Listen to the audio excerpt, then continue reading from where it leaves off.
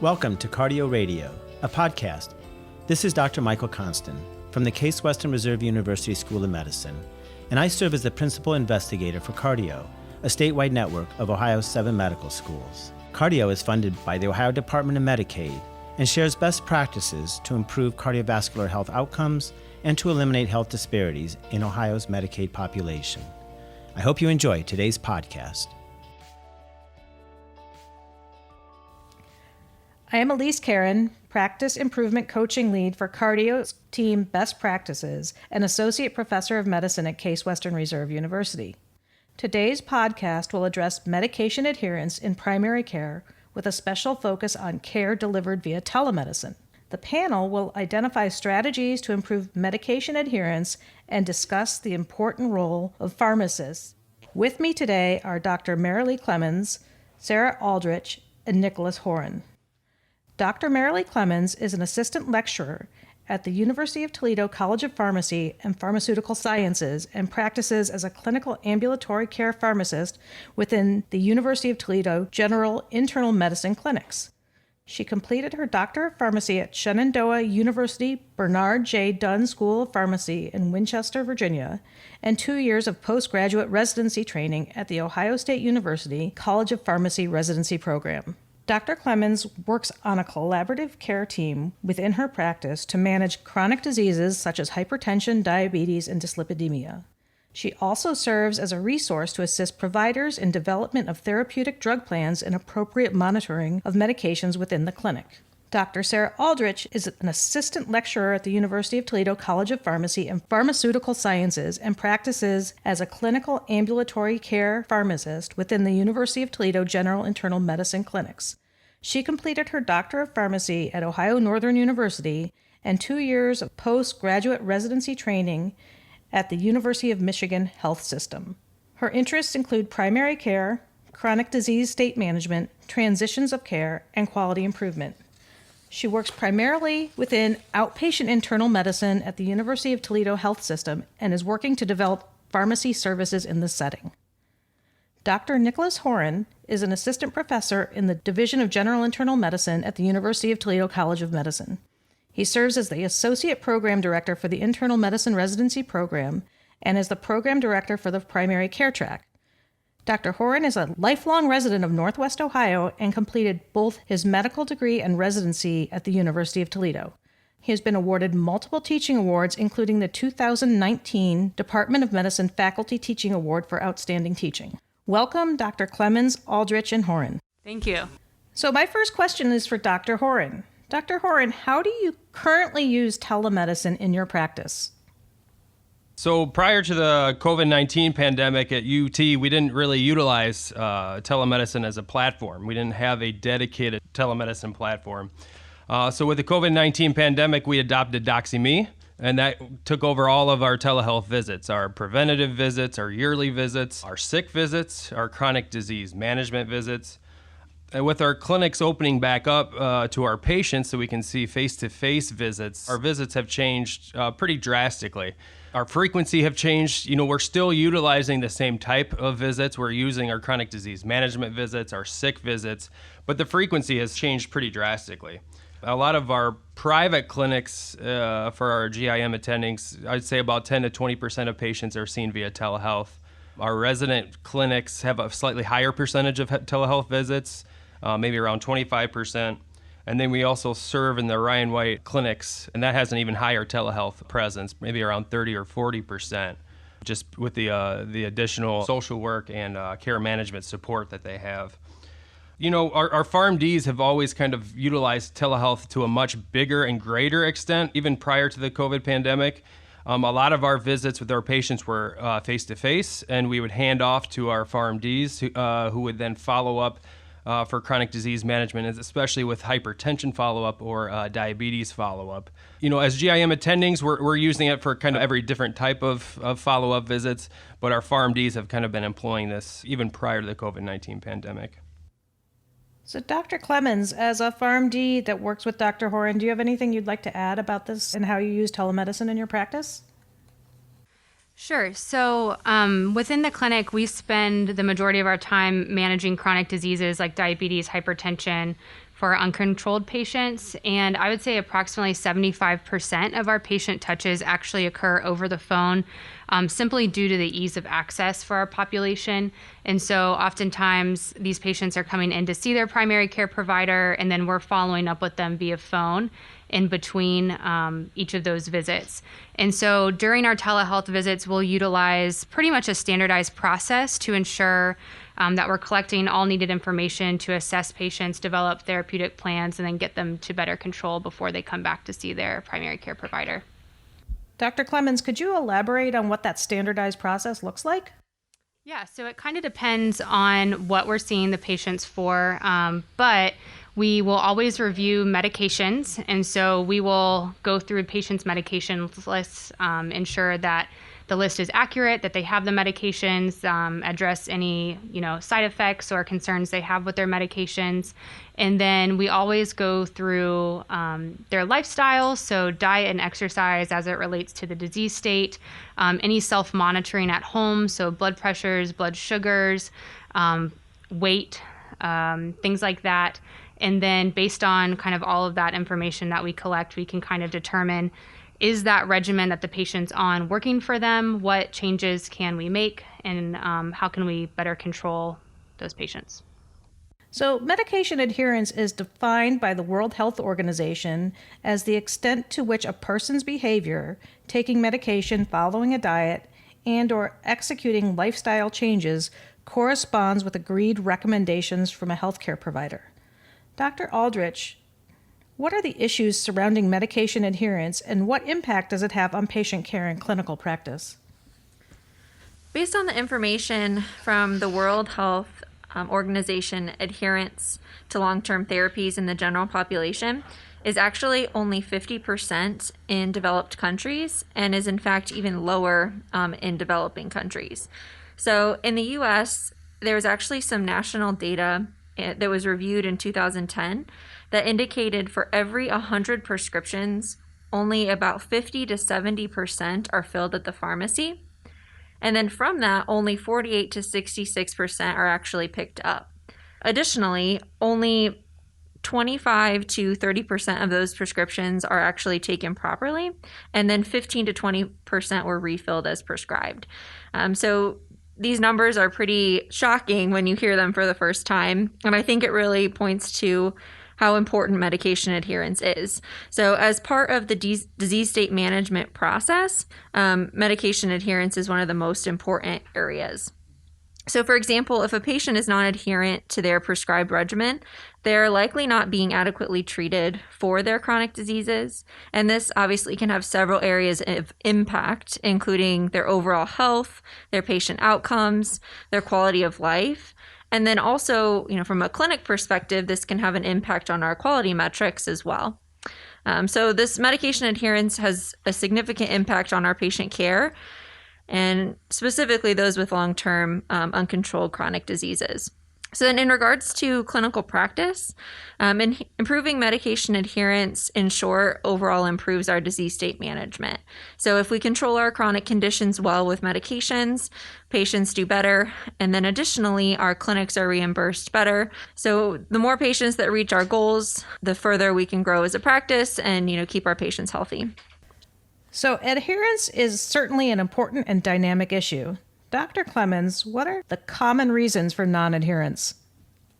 So adherence is pretty complex. It can actually be what we call intentional or unintentional in nature, meaning that patients may actively choose to take their medications in a different way than what was prescribed, whereas others may believe that they're taking their medications appropriately, but they're not actually following how the prescription was written or what the guidance that was given from their provider.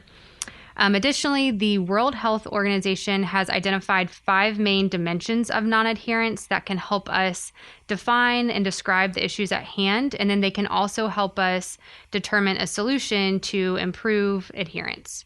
So those 5 main areas, I'll go through each of them. The first one is social and economic. So social and economic refers to issues with medication costs, health literacy, or lack of insurance. So for example, if a patient cannot afford a medication, it's very likely that they're not going to be able to take it. The second one is healthcare system, which refers to the lack of continuity in care, potential formulary restrictions, and access to care issues. So one example of this is that if a patient's been seeing a primary care provider for many years and then their health insurance changes and they no longer cover that provider, that may lead to a barrier in them being able to see a primary care provider and having continuity of care in their disease states. Condition related, the third one, refers to a potential lack of symptoms with the disease states or severity of symptoms that limits adherence. So a big example of this is hypertension, where oftentimes patients do not feel anything. So if they don't feel anything, they may not take their medications. The fourth one is called therapy related. And so this refers to the complexity of medication regimens and the frequent changes that we may see with medications. So if a patient is taking a medication and has to take it multiple times per day, it's more likely that they're going to be non-adherent to a regimen that requires the multiple daily dosing versus one that may just require once daily dosing. And then the fifth one is called patient related. So this refers to patient-specific factors that can limit adherence, such as visual, hearing, or cognitive impairment, or perceived risks versus benefits of treatment. So an example of this is that we may prescribe a medication for a patient and we know the benefits of the medication, but a patient may have had a friend or family member who used that medication and had a side effect. So they feel like that medication could be potentially harm them. So all of these areas play a role in patients' adherence, and it's important for us to identify the issues at hand so that we can identify a relevant and patient-specific approach to improve their adherence. Dr. Clemons, have you seen that COVID has had an effect on adherence or non-adherence in your patient population? Definitely. So I think a couple different things come into play here. The biggest one is job loss. So with job loss comes loss of insurance, where patients are not able to get into their provider. They no longer have access to their medications due to lack of insurance. But also the other thing is, even if maybe they have insurance, they're now trying to determine where their money goes. So they may have lost the source of income. So now they're focusing on having food or transportation, or, their kids are at home, so they have to take care of their kids. And so they're not focused on their own health and being able to get, the medications that they need.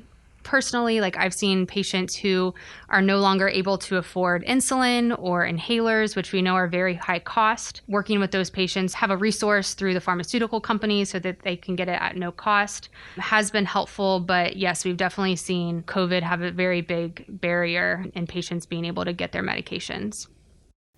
Thank you, Dr. Clemons.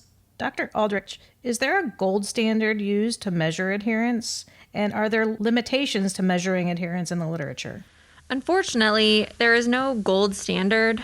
However, there are many tools that are described in the literature that we can use to measure adherence. So there are some tools that are more commonly discussed. Those include proportion of days covered, or PDC, and also medication possession ratio, or MPR. Both of these actually use claims data, usually from pharmacies or insurance companies, and basically report percentages of the time for which a patient has filled their medications, or that they have their medications available to them. So of the two, PDC is more widely accepted as it considers early refills in this calculation, whereas MPR does not. So CMS actually uses PDC, but it defines a patient as adherent if the PDC is greater than 80%. So essentially what that's saying is, if a patient has their medications 80% of the time, the literature defines them as adherent. So that kind of leads to some of the limitations with these. So when we're using claims data, we're actually only reviewing if the patient possesses the medication. So just because that their medication was picked up or mailed out to them each month does not necessarily mean that the patient is taking it or that they're taking it correctly.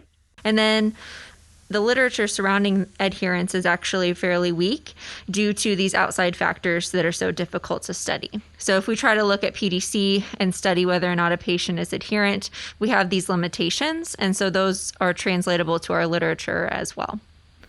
Thank you, Dr. Aldrich. Dr. Horen, what methods do you use to identify medication non-adherence? Yeah, so in my clinic, my medical assistant with each visit updates the medication list. She has great rapport with my patients. She's been my MA, or the prior physician who had the large group of my patients was his MA before that. But she kind of takes it a step further, and a lot of times will ask open-ended questions about the medications in particular. So when she comes out and, we kind of pass on care, a lot of times she already gives me kind of a heads up about potential problems with the medication list or with adherence. When I see a patient, I typically review the medications every visit, and a lot of times I'll ask open-ended questions. Are you having problems taking the medications, or how are you taking this particular medication? And I usually like to ask what they're taking it for, or if they can go a little deeper into why they're taking the medication, just to kind of assess how they're taking it. Generally, I usually pick up problems with adherence when I'm reviewing the medication list. If I suspect there's some issues with non-adherence, I typically will go the next step and reveal a refill history. If I suspect there are multiple medication errors, or if a patient seems to be having more systemic problems with their medications, I generally refer a comprehensive medication review with our GIM pharmacists. Dr. Clemons, do you have any additional thoughts on this? Sure. So from a telehealth perspective, we generally will review medications during all of our phone calls. One of the big things, as Dr. Horen mentioned, is using an open-ended approach. And so we'll go through the patient's medications. We ask them how they manage their medications. So do they have a home health care nurse that comes in to help them? Do they have a family member that helps them? Do they utilize a pill box or utilize adherence packaging? With the goal really being that we are trying to determine the patient's mechanism for how they take their medications every day. And so this helps give us initial insight into the routine. And then next we'll ask about any cost constraints in obtaining their medications, especially if they're on some of those high dollar medications that we know can be pretty pricey. And then lastly, we'll always ask about adherence, usually through some sort of mechanism like in a given week or maybe 2 weeks, how often do you miss a dose of your medications? And then if the patient answers that they do miss their medications, we'll ask follow-up questions to determine the reason and then kind of come up with a plan to help them remember.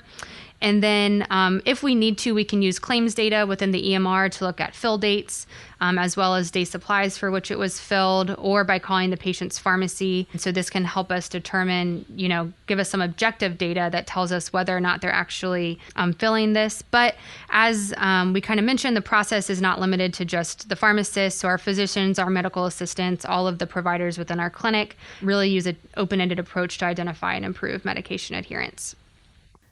Dr. Horen, what methods do you use to improve medication non-adherence?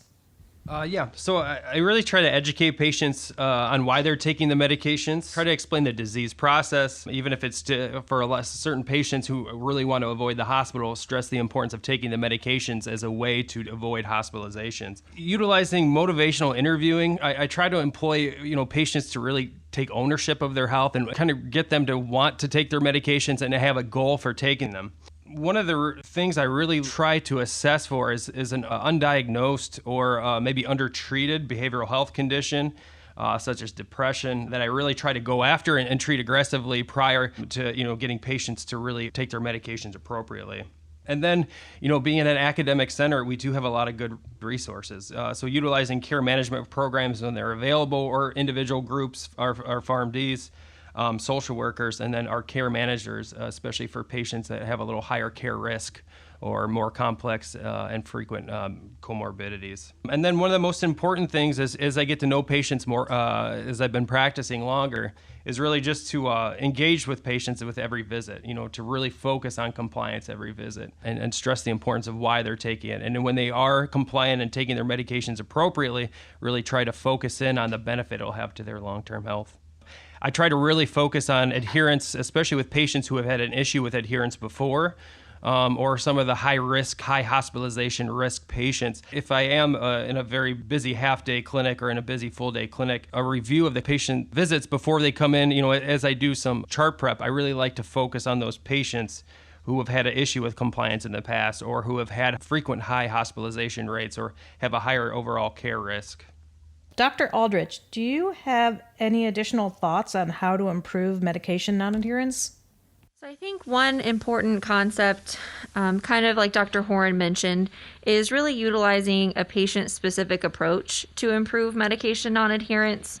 So as adherence is such a subjective concept, and there's not really one method or tool that fits every situation, therefore, that kind of is why we can't find large studies that help us provide, exact guidance or an algorithm to solve our adherence issues, but rather, clinical experience helps us use multiple methods to address patient-specific issues.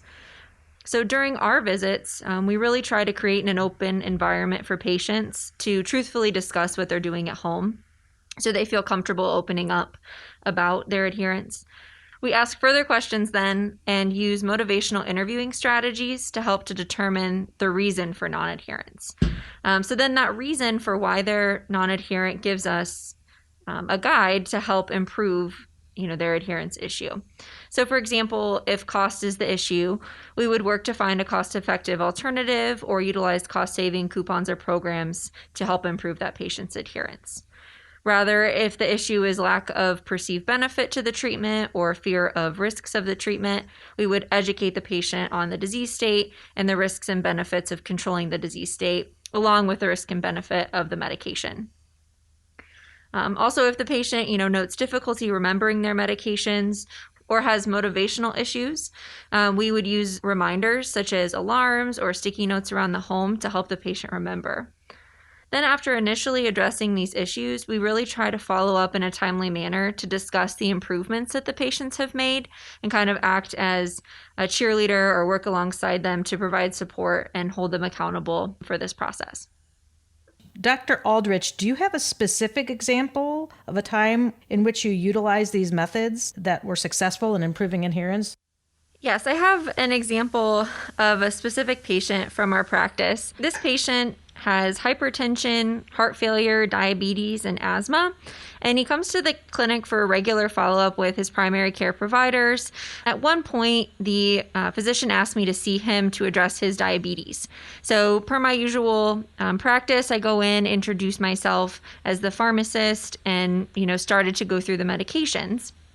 And pretty quickly he said, perfect, you're just the person to help me with my medications. The pharmacy keeps sending me medications I don't take anymore, and I'd like your help in getting them, to stop doing this.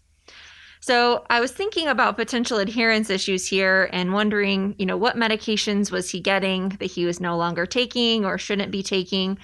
And so I started to go through some more open-ended questions with him to gauge his adherence before really going into his diabetes. So after reviewing his medication list, there were several of his medications that he reported no longer taking. After looking at them, they were actually all of the medications that sort of manage or improve his chronic conditions. So like the disease-modifying agents. And instead, he was only really using the medications that would improve his symptoms. So for his heart failure, for example, he was no longer taking his sacubitril/valsartan, but was taking his furosemide to relieve any fluid discomfort. So when I found out that he was receiving all these medications, so all of his chronic medications, he was basically taking them from the mail, dumping the medications in the trash, and then recycling the medication vials. And so this kind of opened up a whole window of, the fact that he had been prescribed many chronic medications, for his disease states because we thought these things were not controlled, but in reality, he had just never started taking them. So with this, we worked to simplify the regimen to help him start over, basically, but tried to give him fewer medications and then also tried to provide a lot of education on why he was taking them, what they were doing for him, to get him really to take those disease-modifying meds. We also set up regular follow-up with the primary care team. So I was usually there for the visits, but also to see the primary care providers so that we could continue to address these issues. Dr. Clemons, what pearls can you offer to be efficient in addressing adherence during a telehealth visit? So for all of our visits, whether they are in person or telehealth, and does not matter, if they're with a provider, the primary care provider, a pharmacist, the patients are asked to bring their medications into the visit with them. So during our telehealth visits, we've actually had the staff ask the patients to have their medication bottles readily accessible to them. And then we also review the purpose of the visit and ensure they understand why they're meeting with the pharmacist specifically, if it's for a pharmacy visit. When we meet with the patient, we ask a lot of open-ended questions about each medication. So generally what we'll do is we'll have the patient actually read the medication bottle to us, including the name of the medication, strength, dose, frequency, and then we'll talk about, why they're taking it and any potential side effects. By having the patient read their bottles to us, it helps us determine, exactly what they have at home, and then we compare it to the medication list we have on file. And then also if a patient was recently discharged or if they have multiple providers, we can compare it to those medication lists as well. A lot of times, the medication reconciliation is completed by just reading down a list and asking the patient yes or no questions if they are still taking the medications. But we would not be able to identify, for example, if a patient had the incorrect dose of a medication simply by just asking yes or no questions. So this strategy really engages the patient in the visit and allows us to identify any confusion with the medications or the regimen quickly, and then help them improve any issues that we find. Dr. Aldrich, is there a wrong way to address adherence? Yes. In short, I would say that during the interview with the patient, it is really important to avoid closed-ended questions. So for example, if you ask a patient, are you still taking amlodipine? They are more than likely to answer yes, as this question implies that they should be taking it, and they likely don't want to disappoint you or their provider by saying no. So rather, you should ask, how do you take your amlodipine? And this allows for the patient to fill in if and how they are taking it. Additionally, broad questions like, have you had any medication changes since your last visit? Or can you list the medications you are currently taking? Should be avoided if possible. These questions can be overwhelming for patients as they likely do not have their medication list memorized and don't also know what you have in your computer or your system as far as their current list. Lastly, if a patient admits to non-adherence, it is very important to avoid, judgmental or negative feedback.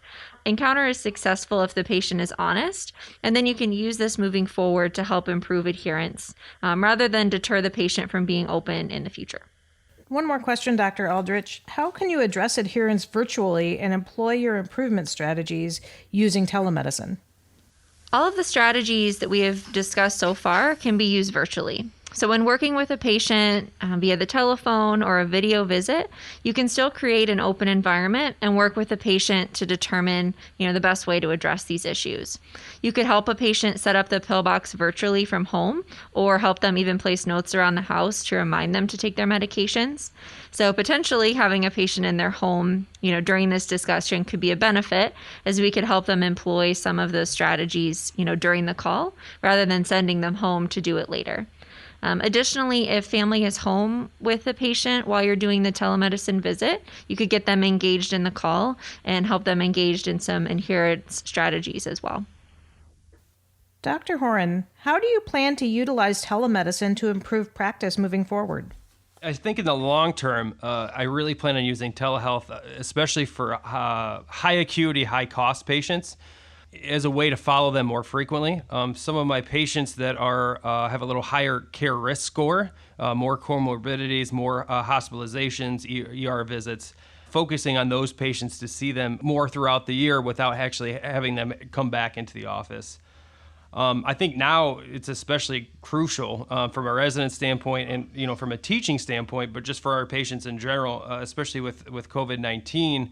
Telehealth is absolutely a necessity because a lot of times I can't really ask my patients to come out and see me. It's just putting them really at too much risk. So as far as a follow-up, anytime there's for a chronic disease management especially, or for any kind of medication changes, it's really been a good way to follow up 2 to 4 weeks after seeing patients to make sure, when I change their medications for their diabetes, that they're taking it appropriately, that I'm addressing any side effects, any questions they have, especially now that they've been taking the medication for a few weeks, and really address any errors early rather than down the line 3 months when I might see them next. So, Dr. Horen, how do you balance the patient's priorities with the priorities that you need to accomplish during the course of a visit? So especially in my clinic, I really do try to address both. I really do address, especially the one pressing issue, especially if there's an agreement that we can kind of talk about their medications and if there is an issue with non-adherence, which can be very difficult. And sometimes it's not possible, especially if there's multiple issues. I'll have to focus on one or two. But generally, I do allow them to focus on at least one pressing issue that they have. But I do always want to address non-adherence because that does become an issue down the line. So generally, I do a compromise. If I have time, I can address all their issues. A lot of times I have to focus on one or two. But in general, I always kind of come to agreement that we will also talk about their medications and the issues they may be having with non-adherence. So, Dr. Clemons, what are the key takeaways you want our listeners to gain from this podcast? So when in-person visits are not available or not ideal, especially in the time of COVID-19, telemedicine can help fill the gaps in patient care. Engagement of care team members such as pharmacists, social workers, and your clinical staff can be crucial to help patients overcome non-adherence. Adherence is multidimensional, thus requires an individualized multimodal approach to resolve. Thank you to our featured guests for joining us today, and a special thank you to you, our listeners, for tuning in to Cardio Radio. This concludes today's podcast. Be sure to visit cardio.org to learn more